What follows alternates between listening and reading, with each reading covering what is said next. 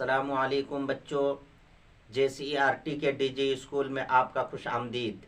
میں ہوں توحید عالم اور آج آپ کے لیے لے کر کے حاضر خدمت ہوں چھٹی جماعت کی درسی کتاب اپنی زبان کا 19واں سبق کا دوسرا حصہ۔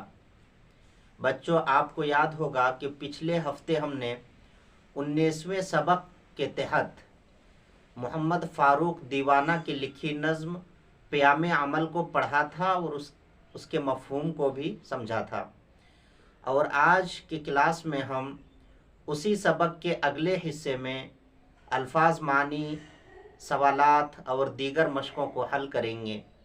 تو آئیے سب سے پہلے ہم الفاظ معنی کو حل کریں۔ غافل یعنی بے خبر، غفلت کرنے والا۔ فانی ختم ہونے والا، جسے فنا ہو جانا ہو۔ جولانی جوش، طبیعت کی روانی، ہمت۔ خوف ڈر۔ اب آئیے اس سبق کے سوالات کو حل کرتے ہیں۔ سوال نمبر 1، قوم کی خدمت کس جذبے سے کرنی چاہیے؟ جواب، قوم کی خدمت محبت اور لگن کے جذبے سے کرنی چاہیے۔ اپنی قوم کی خدمت کرنا کسی پر احسان کرنا نہیں، بلکہ یہ آپ کا فرض ہے۔ سوال نمبر 2، وقت برباد کرنے کا کیا انجام ہوتا ہے؟ جواب، وقت برباد کرنے والے کو رونا پڑتا ہے، ان کے پاس سوائے پچھتاوے کے اور کچھ نہیں بچتا۔ سوال نمبر 3، نظم کے تیسرے بند میں شاعر نے کیا کہا ہے؟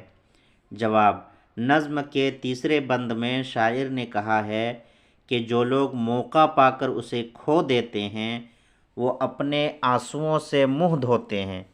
سونے والے کو رونا پڑتا ہے اور کاٹتا وہی ہے جو کچھ بوتا ہے۔ شاعر نصیحت کرتا ہے، غافلو سوو نہیں، جو ہونا ہے وہ ہوگا، پہلے تو ہمت کر کے اپنی کمر کس، پھر دیکھ خدا کس طرح تیری مدد کرتا ہے۔ سوال نمبر 4، وقت پر کام نہ کرنے کا انجام کیا ہوتا ہے؟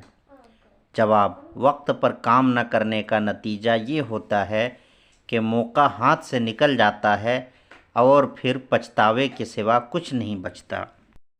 سوال نمبر 5، ہمت کی جولانی سے شاعر کا کیا مطلب ہے؟ جواب، شاعر کا کہنا ہے کہ اگر آپ کی ہمت عروج پر ہے تو پھر آپ کے لیے کچھ بھی مشکل نہیں۔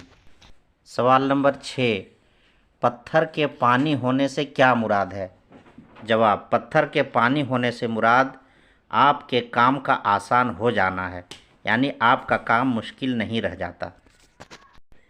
بچوں، یہاں چند محاورے دیے گئے ہیں، آئیے ان محاوروں کو جملوں میں استعمال کریں گے۔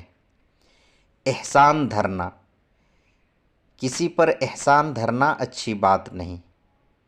دم بھرنا، طالبات اپنی استانی کا دم بھرتی ہیں۔